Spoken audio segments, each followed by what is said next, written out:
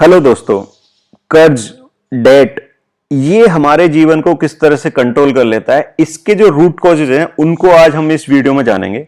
और हाँ दोस्तों, अगर आपने अभी तक फास्टलैंड फ्रीडम चैनल को सब्सक्राइब नहीं किया है तो प्लीज इसको सब्सक्राइब करें ताकि आपको लाइफ चेंजिंग वीडियो लगातार मिलते रहें। दोस्तों आगे बढ़ते हैं। जो रूट कॉजेज हैं, जो डेट में हम लोग फंस जाते हैं, उसके जो रूट कॉज हैं उनके बारे में मैं यहां बताने वाला हूं। सबसे पहले जो आप इंश्योरेंस लेते हैं ना, इंश्योरेंस पॉलिसी जो लेते हैं, उसको इन्वेस्टमेंट टूल के जैसा यूज नहीं करना है। मतलब ये कोई इन्वेस्टमेंट टूल नहीं है। एक्चुअली इसमें जो रिटर्न आती है ना बहुत कम आती है, तो उससे अच्छा आप टर्म प्लान ले लो। इंश्योरेंस पॉलिसी जो है टर्म प्लान वाली लो और इन्वेस्टमेंट कोई दूसरी जगह कर लो, वो ज्यादा अच्छा है। फिर दूसरा, क्रेडिट कार्ड का यूज करना और टाइम पे पेमेंट नहीं करना। 50% से ज्यादा लोग है ना क्रेडिट कार्ड का टाइम पे पेमेंट कर ही नहीं पाते हैं। कभी आपके साथ भी ऐसा होता होगा, तो फिर उस पे जो इंटरेस्ट लगता है ना वो बहुत हैवी लगता है, तो उससे बचें। क्रेडिट कार्ड का टाइम पे पेमेंट करने की कोशिश करें और हमेशा। फिर पावर ऑफ कंपाउंडिंग, मतलब जो चक्रवृद्धि ब्याज होती है ना, उसकी ताकत समझनी नहीं है हमें। अगर इसकी ताकत समझेंगे ना तो अर्ली एज में इन्वेस्टमेंट करेंगे और उसका बहुत अच्छा फायदा मिलेगा। अल्बर्ट आइंस्टीन ने भी इसको दुनिया का 8वां अजूबा बताया। इतनी पावरफुल चीज है ये। फिर स्टॉक मार्केट में इन्वेस्टमेंट करना है दूसरों की सलाह पे। आपको तो नॉलेज है नहीं ना, आपको लेनी है, तो पता चला इन्वेस्टमेंट किया शेयर में और वो डूब गया।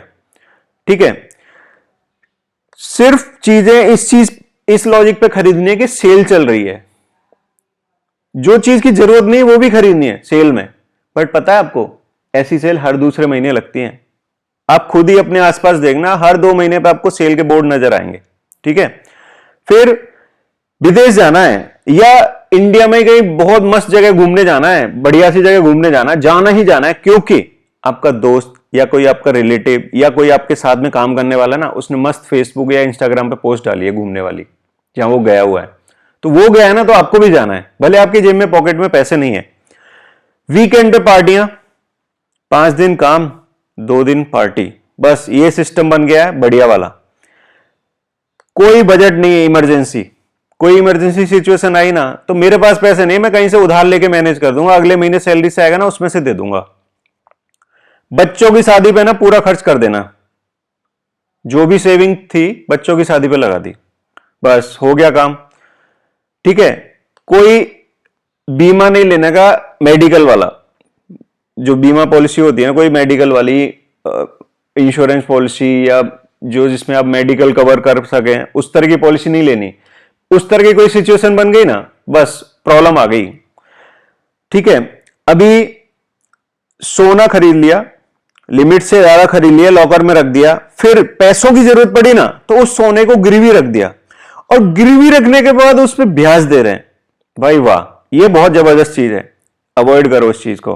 ठीक है, फिर असेट और लायबिलिटी में डिफरेंस नहीं, वो पता ही नहीं है जी डिफरेंस। क्यों? असेट वो है जिसका आपको पैसा नहीं चुकाना है। जैसे अगर आपने गाड़ी खरीदी थी, वो आपके लिए तब असेट है जब आपने वो नगद कैश में खरीदी है, उसको पेमेंट नहीं देना है। अगर पेमेंट देना है ना तो असेट नहीं, वो लायबिलिटी है, ध्यान रखना। ठीक है, फिर कोई फैंसी सामान आ गया, कोई गैजेट आ गया, कोई नया मोबाइल आ गया, वो लेना है, उसको खरीदना ही है। मतलब पैसे नहीं है या लॉजिक बनता नहीं है, फिर भी वो क्योंकि नया है ना, दिखाना है दोस्तों को, तो खरीदना है। ठीक है, इन्वेस्टमेंट में पेशेंस नहीं है। आज लगाया ना तो मुझे कल से ही बढ़ता हुआ दिखे। पेशेंस के बिना ना कोई इन्वेस्टमेंट नहीं होता। ठीक है, फिर पूरा इन्वेस्टमेंट दूसरों के कहने से करना, अपनी नॉलेज नहीं बढ़ानी है। अपनी नॉलेज नहीं बढ़ाओगे तो देर सवेर नुकसान ही होगा, क्योंकि आप जिस चीज में इन्वेस्टमेंट कर रहे हो उसकी आपको नॉलेज ही नहीं है। ठीक है, फिर फैमिली के फाइनेंशियल मैटर में ना बच्चों को इन्वॉल्व नहीं करना। अरे गलतियां तो सीखेंगे बच्चे, कम से कम जो आप गलती कर रहे हो उन्हें पता चलेगा, उनको आप गाइड करोगे, भाई मेरे से ये गलती हुई है, तुम्हें ध्यान रखना इस तरह की गलती नहीं करनी है। ठीक है, बच्चे फाइनेंशियली आपके साथ अगर मैटर्स में इन्वॉल्व रहेंगे ना तो उनकी नॉलेज बढ़ेगी, कहीं ना कहीं वो आपसे अच्छे डिसीजन लेंगे फ्यूचर में। बट अगर आप उनको दूर करोगे ना, मैं बोल रहा हूं सेम जो गलती आप कर रहे हो ना, ऐसी गलती बच्चे करेंगे। ठीक है। निवेश करने के बाद जो बचता है, इन्वेस्टमेंट करने के बाद जो बचता है, उसको खर्च करने की बजाय खर्च करने के बाद जो बचता है ना, उसको निवेश करना, ये एकदम गलत आदत है। इसको बदल दो, इसको लॉजिक चेंज कर दो, इसको रिवर्स कर दो। खर्च करने के बाद जो बचता है ना, उसको निवेश नहीं करना है। निवेश करने के बाद जो बचता है ना, उसमें खर्च कैसे चलाना है वो ज्यादा जरूरी है। फिर पर्सनल फाइनेंस एक्चुअली क्या है, 80% आपका बिहेवियर है और 20% आपकी नॉलेज है।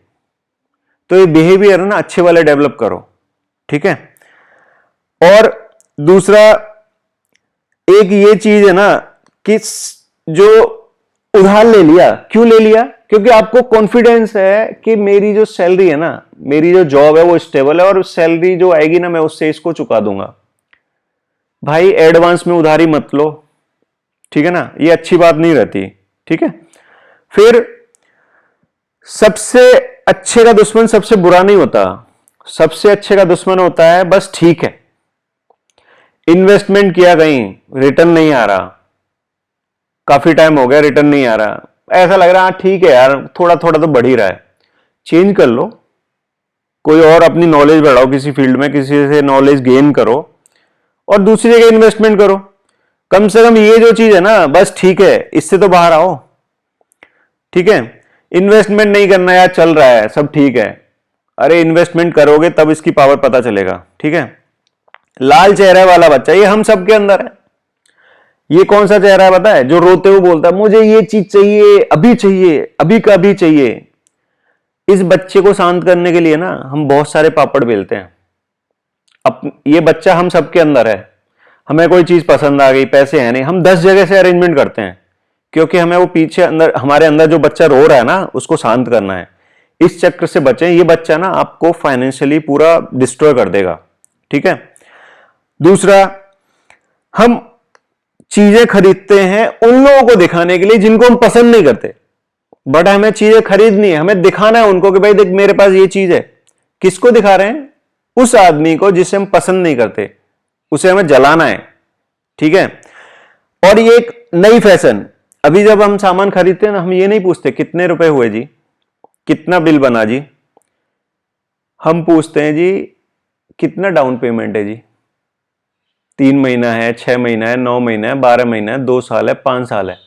डाउन पेमेंट की आदत पड़ गई। हमें ऐसा लगता है हम कैश से या एटीएम से तो या डेबिट कार्ड से तो हम सामान खरीद ही नहीं सकते, हमें जो खरीदना है क्रेडिट कार्ड से खरीदना है।